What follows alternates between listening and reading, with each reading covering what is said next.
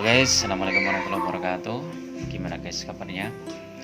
Mudah-mudahan selalu dalam kondisi yang sehat, bahagia dan berkecukupan ya guys. Selalu bersyukur terhadap kondisi kita. Apapun yang kita hadapi ya kita harus siap dan selalu bisa mengambil hikmah dari setiap kejadian-kejadian yang kita alami. Oke, di video kali ini ya aku ingin berbagi tentang lesunya bisnis apotek akhir-akhir ini ya guys. Terus nanti apa yang bisa kita lakukan untuk mensiasatinya ya. Jadi sebagaimana teman-teman ketahui ya, kondisi sekarang ini kan memang kalau bisa dianggap kejadian yang luar biasa juga bisa ya. Kenapa? Karena di saat kebutuhan kita banyak ya, sebagai masyarakat biasa ya, sementara income kita turun atau enggak stabil, atau bahkan beberapa orang atau beberapa masyarakat itu enggak punya income sama sekali ya, mungkin kena PHK dan lain-lain. Terus tiba-tiba aja harga-harga barang tuh naik semua ya guys. Mulai dari kemarin BBM naik, kemudian PPN atau pajak naik, akhirnya hampir semua itu naik, termasuk sembako juga naik, terus listrik naik, terus nanti gas bentar lagi mungkin juga naik, dan mungkin ini akan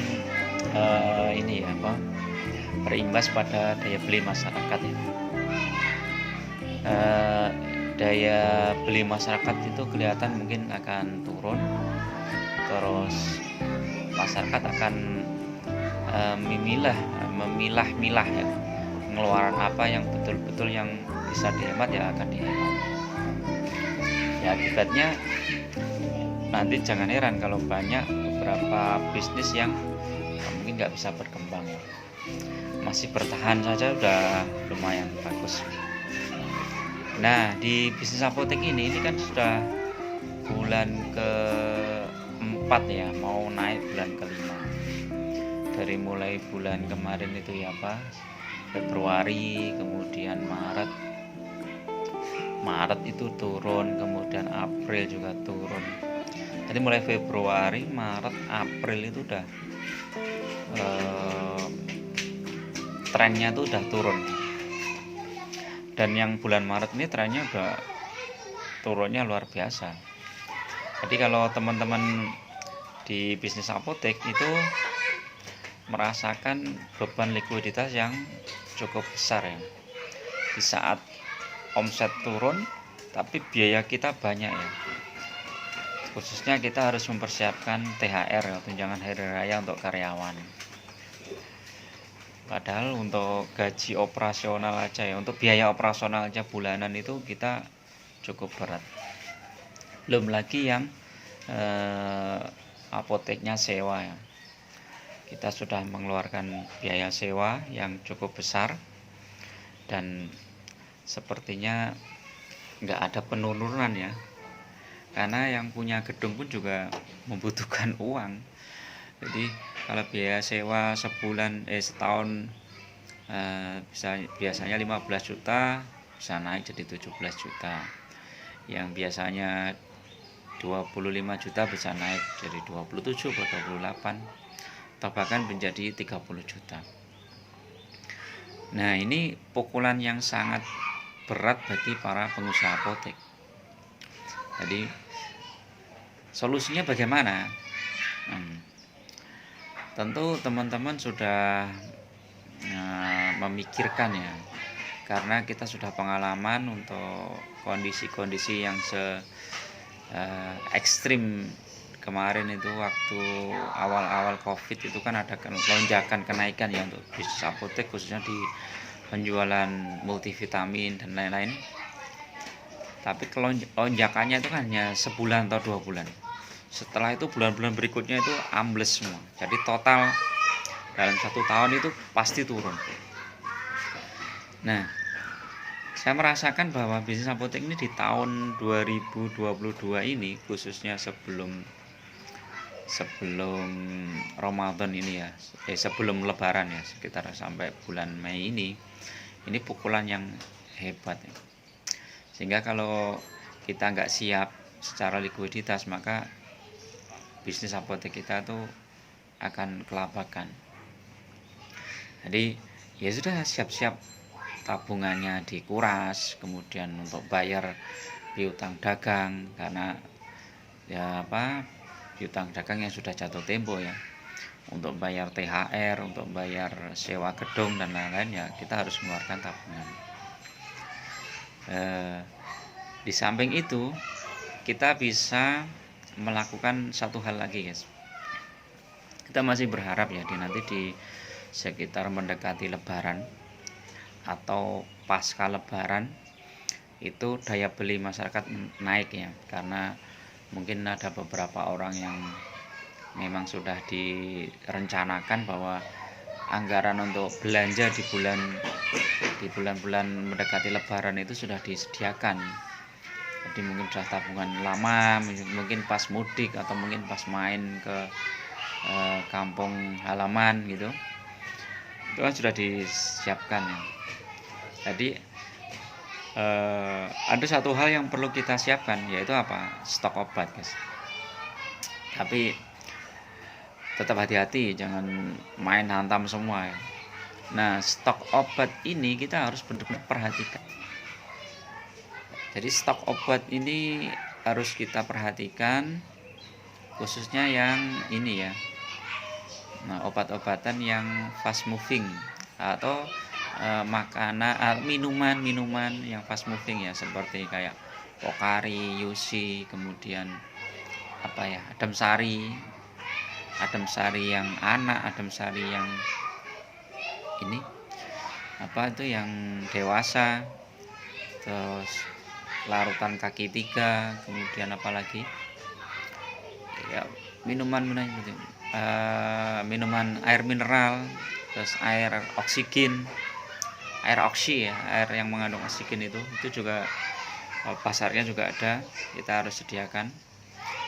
Nah, ini kalau teman-teman apoteknya itu punya swalayan, itu lebih mudah. Jadi tinggal foto aja, swalanya difoto, nanti kan di situ kelihatan ya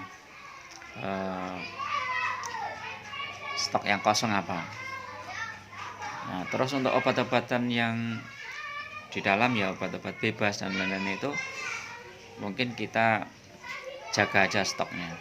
Paling enggak nanti kan 2 hari sebelum Lebaran sampai 3 hari sebelum Lebaran, berarti stok untuk seminggu itu kita order di sebelum Lebaran, itu kita untuk stok seminggu ke depan. Jadi sebelum Lebaran kita harus ambil stok dulu ya, kan jangan sampai momen nanti meningkatnya omset saat orang butuh, saat orang punya uang, beli di apotek kita ternyata stoknya kosong. Ini wah, kita kehilangan momen guys. Karena apa?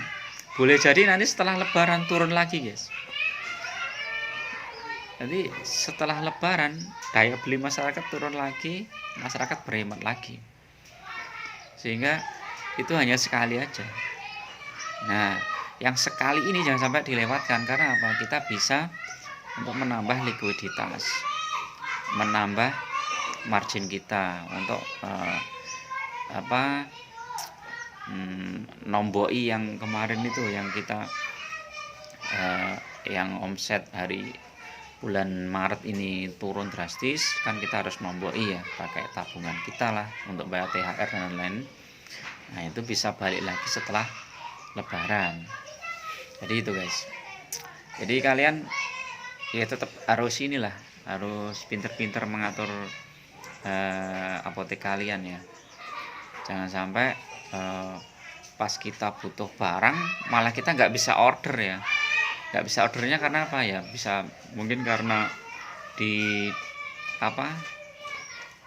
karena piutang dagangnya belum dibayar sehingga ngelok atau lock. Jadi ada beberapa kebijakan BBF itu yang kalau barangnya belum dibayar dia nggak bisa order lagi, jadi ngelok. Nah, itu solusinya ya harus kita bayar. secepatnya kita pakai uang apalah untuk bayar, ya nggak ngelok, sehingga kita bisa order lagi. Jadi itu. Terus yang solusi kedua mungkin ini guys, kita perlu pertimbangkan juga untuk efisiensi ke depannya. Bahkan beberapa perusahaan besar yang mengalami penurunan omset terus kan akhirnya mereka harus efisiensi. Mungkin biasanya buka terus ya, bukanya mulai diperhitungkan ya, misalnya kalau yang pagi biasanya 2 orang tapi omsetnya kok turun pagi, ya sudah pagi cuma 1 orang, terus kemudian sorenya misalnya bisa kita tambahin 2 orang. Kalau yang malam misalnya ya, omset malam itu kok nggak bisa berkembang, ya kita mungkin perlu dievaluasi gitu,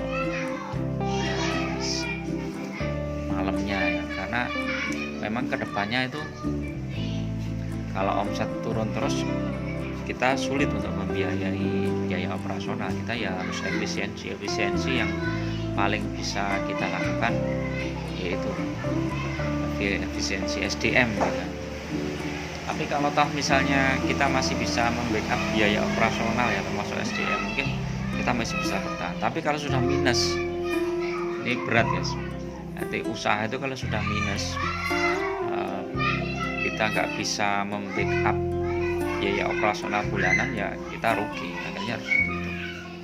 Oke, itu dulu ya tips pagi ini, terutama kalian yang punya bisnis apotek.